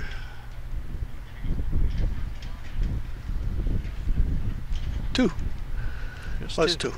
All right. 14-13. Bailey needs 4. Emma needs 5.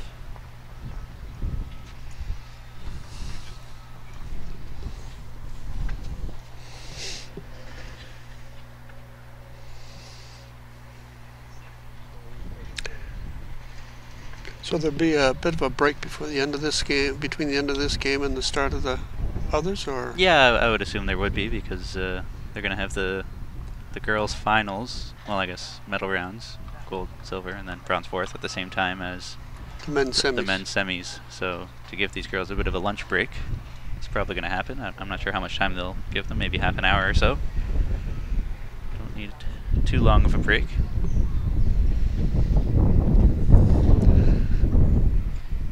So after this game, we'll shut it down for the lunch break, and then we'll be back for the women's final between Jordan Koss and whoever wins this game. Which She's shortened this jack up a bit. mm-hmm. It's actually a very nice surface to play short jacks on.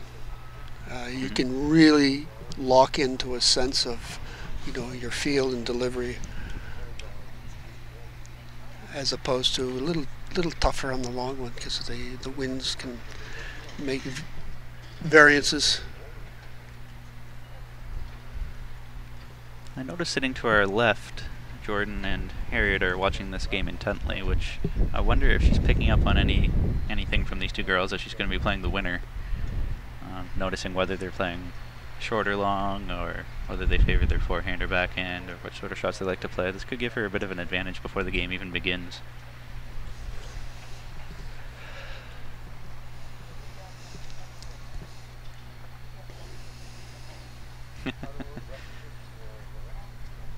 For those who are just tuning in, you're listening to the poetic voices of me, Jake Shuknick, and Terry O'Neill, Vice President of Bulls Canada.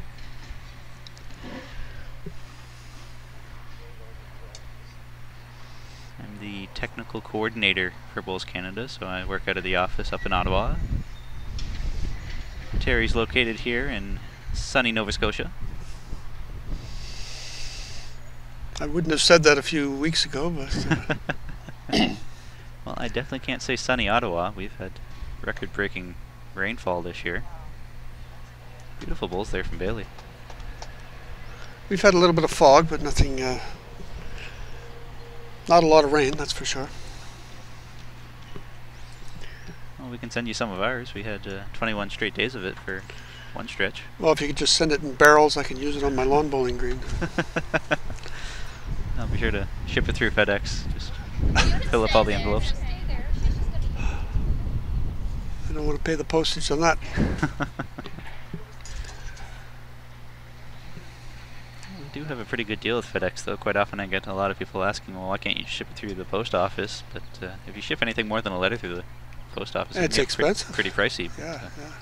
we've got a bit of a business deal with FedEx, so it's cheaper, quicker route.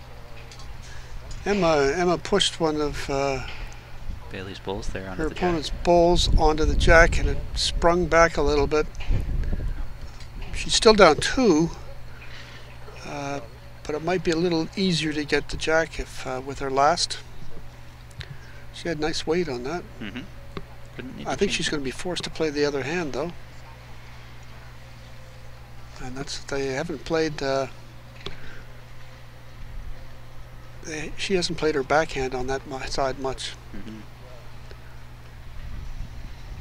This could be squeaking by for 3. Lovely Wow. ball. That's a lot of pressure on Emma right Wow. now. If you give up 3, Bailey's only 1 point away. Yep, she had that line just nailed. And that's not a very wide head for attack. No, I was going to say, do you think she'll throw any sort of aggressive weight into that? But I don't know. I can't see it down 3. I think she's got to try but she's got to go to that other hand. I don't know. And she's down 1, so if she doesn't hit the head or cut her down, she's going to be down 17, 13. Mm-hmm. Big ball. I think she's up for it, though.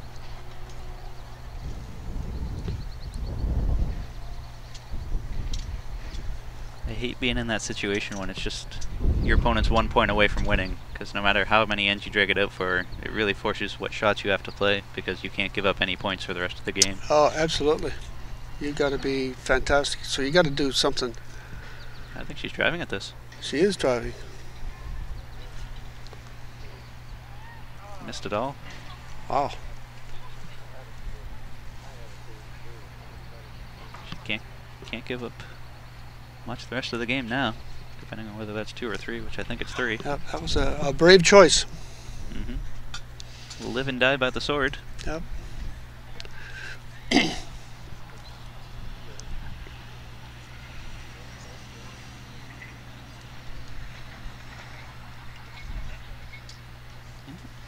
Free ball.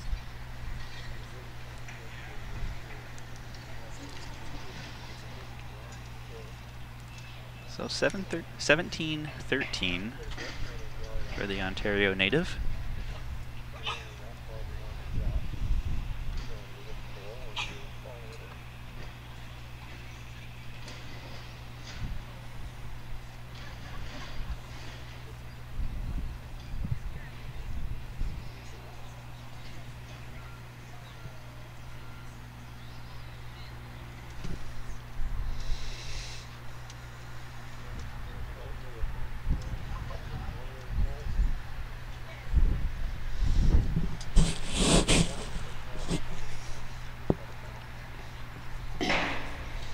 This is the position where I tell myself it's not ends, it's points. So it's only 4 points. I just want to get this tied up and then go on from there. That's what you got to do. Mm-hmm.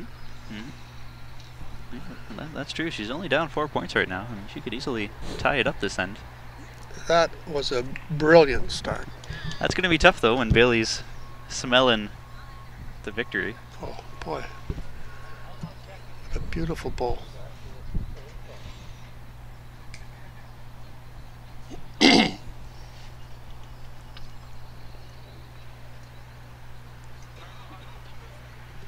Just coming up a couple feet short.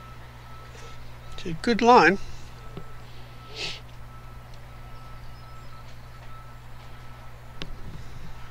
Now, if you're Bailey, I probably wouldn't want to be anywhere near that right now. I don't want to make that target any wider.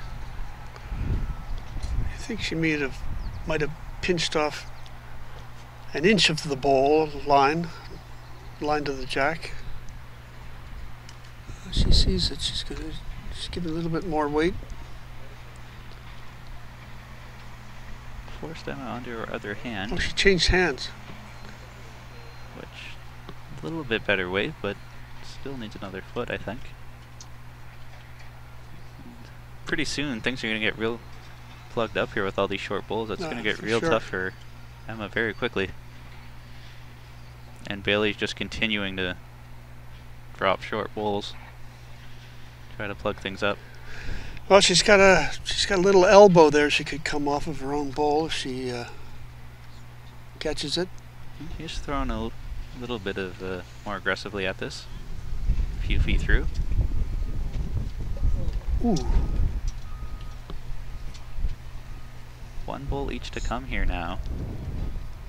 If you're Bailey, do you continue throwing short bowls? Try to plug things up? Oh, I think I put something in that path over there that she's trying to come. Maybe something short of the head, so visually you don't see the path that you got to go through. Mm-hmm. When the bowl is up in the head, you can see, well, if I slide through there and let the bowl bend, it'll get to the jack. But just maybe 3 yards short of that head on the left-hand side, which would be Emma's backhand. Mm-hmm. Then she's got to worry about hitting almost the perfect weight. Good thing for Bailey that I think her bowl is covered there, because if she could see it and could pick it clean, it'd stay for 4, but I don't think she can see that at all. Well, see, Emma's last bowl behind the jack, the dark blue one, finished across center, so I think it may be possible for it To throw a bit of a bender. her to pick it off the jack, off the shot bowl there. Mm-hmm. Certainly not with any big weight. No, but just a but nice maybe little bender weight. Just in the bend of it. It'd probably have to be almost dead goal perfect. Mm-hmm. Mm-hmm. I think Bailey's looking for some coverage here. Just another bull on the head. Wow. Wow. Wow. Now Emma's got a problem. Yeah, I did not see that coming. But if she can move that jack back off of there, she could get 2. Yeah. Yeah.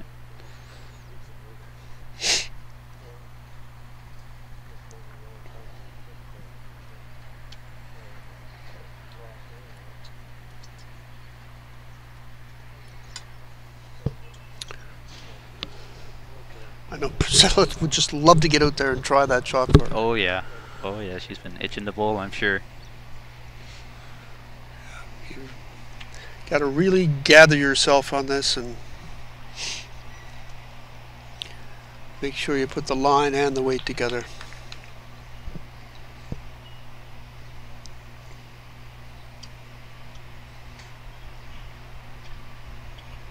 I think she's throwing a drive at this. She's winding up. Yeah, she's throwing A some lot weight. more weight than I thought she would. Missed it. Slides by. Well, that puts Bailey Van Stein into the final against Jordan Koss. A hard fought battle.